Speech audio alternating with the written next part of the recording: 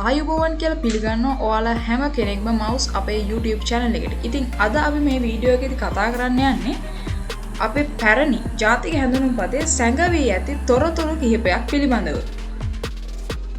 ජාතික හැඳුනුම්පතේ මුහුණත. හැඳුනුම්පත් අංකය. ලැමිනේටින් ආවරණය. ලැමිනේටින් ආවරණයේ මුද්‍රිත RPD වැල් අකුරු. නිකුත් කළ දිනය. පළාත් අංකය. ඡායාරූපය. කොමසාරිස්වරයාගේ අත්සන. අධීක්ෂණ නිලධාරියාගේ අත්සන. ජාතික හැඳුනුම්පතෙහි පිටුපස. දිස්ත්‍රික් අංකය, නිකුත් කිරීම, සංශෝධන සටහන්. ඡායාරූපය.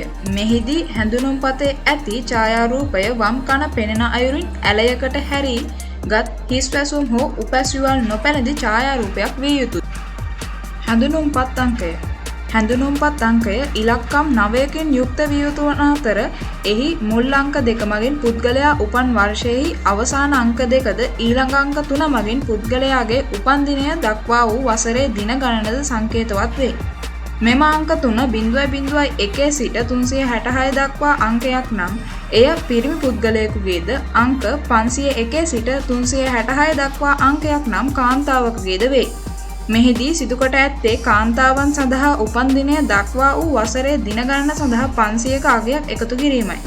මෙම තොරතුරු ජාතික හැඳුනුම්පතෙහි පිටුපස ඇති උපන් දිනය සමග සැසඳීමෙන් ස්ත්‍රී පුරුෂ භාවය සහ උපන් දිනයෙහි නිරවද්‍යතාවය තහවුරු කරගත හැකියි. හැඳුනුම්පතෙහි ඊළඟ අංක 3 මගින් අනුක්‍රමික අංකයද අවසාන අංකය මගින් රහස්‍ය අංකයද දැක්වෙන අතර මෙම අංක පරීක්ෂාවන්ට අදාළ නොවේ. තවද ජාතික හැඳුනුම්පතෙහි අංකය අගට V අකුර ඇතිනම් එයින් පෙන්눔 කරන්නේ ඔහු හෝ ඇය ඡන්දදායකයෙකු ලෙස ලියාපදිංචි වී ඇති බව වන අතර X අකුරින් පෙන්눔 කරන්නේ අදාළ පුද්ගලයා ඡන්දදායකයෙකු ලෙස ලියාපදිංචි වී නොමැති බවයි. මෙවන් පුද්ගලයන් කෙරෙහි වැඩි අවධානයක් යොමු කළ යුතුය.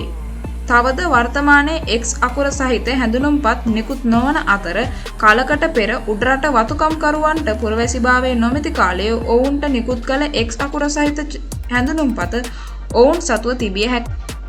පළාත් අංකය.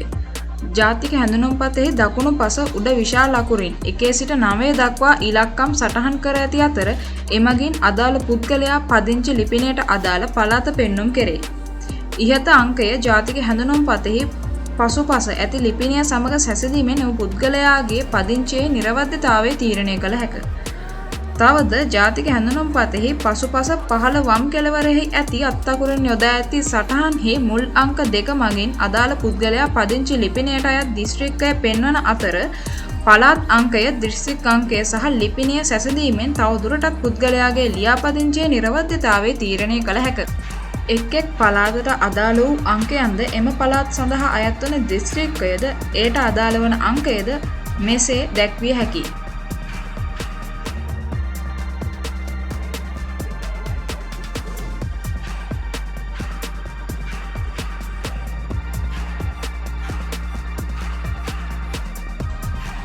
දිස්ත්‍රික් අංකය සහ සංශෝධන සටහන්. ජාතික හැඳුනුම්පතෙහි පසුපස පහළ වම් කෙළවරේ ඇති මුද්‍රිත අංකයන්ට යටින් හෝ ඉදිරියෙන් යොදා ඇති සටහන් මගින් පුද්ගලයාගේ ලිපිනයට අදාළ වූ දිස්ත්‍රික් අංකයද හැඳුනුම්පතේ ස්වභාවයද අයදුම්පතෙහි අංකයද සටහන් වේ. ජාතික හැඳුනුම්පත් ලබාගත් ආකාරය එම හැඳුනුම්පත සංශෝධනය අනුපිටපත් කළ නොකළ බව ඉදිරිපත් කරන්නාගෙන් ප්‍රශ්න කර ඉහත තොරතුරු සමග සැසඳීම තුළින් පුද්ගලයාගේ අනන්‍යතාවය පරීක්ෂාවට ලක් කළ හැකිය. තවද මෙවැනි සටහන් යොදා ඇත්තේ නව හැඳුනුම්පත්වල පමණක් වන අතර පැරණි හැඳුනුම්පතක් ආධාරයෙන් ඉහත තොරතුරු හඳුනාගත නොහැකිය. ජාතික හැඳුනුම්පතෙහි යොදා ඇති එවැනි සටහන් පිළිබඳ තොරතුරු මෙසේ දැක්විය හැකියි. නිකුත් කළ දිනය. ජාතික හැඳුනුම්පතෙහි වම් පස පහළ නිකුත් කළ දිනය සටහන්ව ඇති අතර මෙහිදී නිකුත් කළ දිනය සහ උපන් වර්ෂය අතර පරස්පරතාවය අවම වශයෙන් 16ක් විය යුතුය. කොළ පැහැති රටාව. මෙය RPD යන අකුරු 3 වැල් අකුරු ලෙස ලියවැලක ආකාරයෙන් ලැමිනේටින් ආවරණයෙහි හරස් අතට මුද්‍රණය කොට ඇති අතර ජාතික හැඳුනුම්පතෙහි ඉදිරිපස පහළින් සහ පිටුපස ඉහළින් පිහිටා ඇත. මෙම රටාව මුලින්ම 1984 පෙබරවාරි 5 වන දින සිට ඉදිරිපස පහලින් පමණක්ද 1985 පෙබරවාරි 15 වෙනි දින සිට ඉදිරිපස පහලින්ද පසුපස ඉහළින්ද යොදා ඇත. කොමසාරිස්වරයාගේ අත්සන ජාතික හැඳුනුම්පත නිකුත් කළ කාලවකවානුව අනුව අත්සන් කොට ඇති කොමසාරිස්වරයා වෙනස් වන අතර නිකුත් කළ කාල සීමාව සහ අත්සන පරීක්ෂා කිරීම මගින්ද හැඳුනුම්පතෙහි නිරවද්‍යතාවය තීරණය කළ හැක. එක් එක් කාල සීමාවන් වලදී හැඳුනුම්පත් සඳහා අත්සන් යොදා ඇති කොමසාරිස්වරුන්ගේ නාම ලේඛනය මෙසේ දැක්විය හැකියි.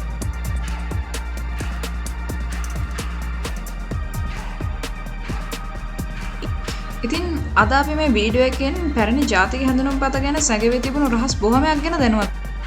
ඒ වගේම තමයි 2017 ඉඳන් ශ්‍රී ලංකා රජය විසින් මෙම පැරණි හැඳුනුම්පත වෙනුවට ස්මාර්ට් ඩෙන්ටිටි කාඩ් එකක් හඳුන්වලා දීලා. ඒ වගේම තමයි අපේ ඊළඟ වීඩියෝ එකේදී අපි කතා කරන්න බලාපොරොත්තු වෙන්නේ ස්මාර්ට් ඩෙන්ටිටි කාඩ් එකේ තියෙන රහස්.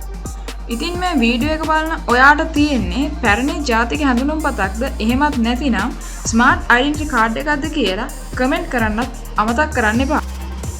එහෙනම් දිගටම එකතු වෙන්න මවුස් YouTube channel එකත් එක්ක අදට අපි මේ වීඩියෝ එකෙන් සමු ගන්නවා. සුබ දවසක්.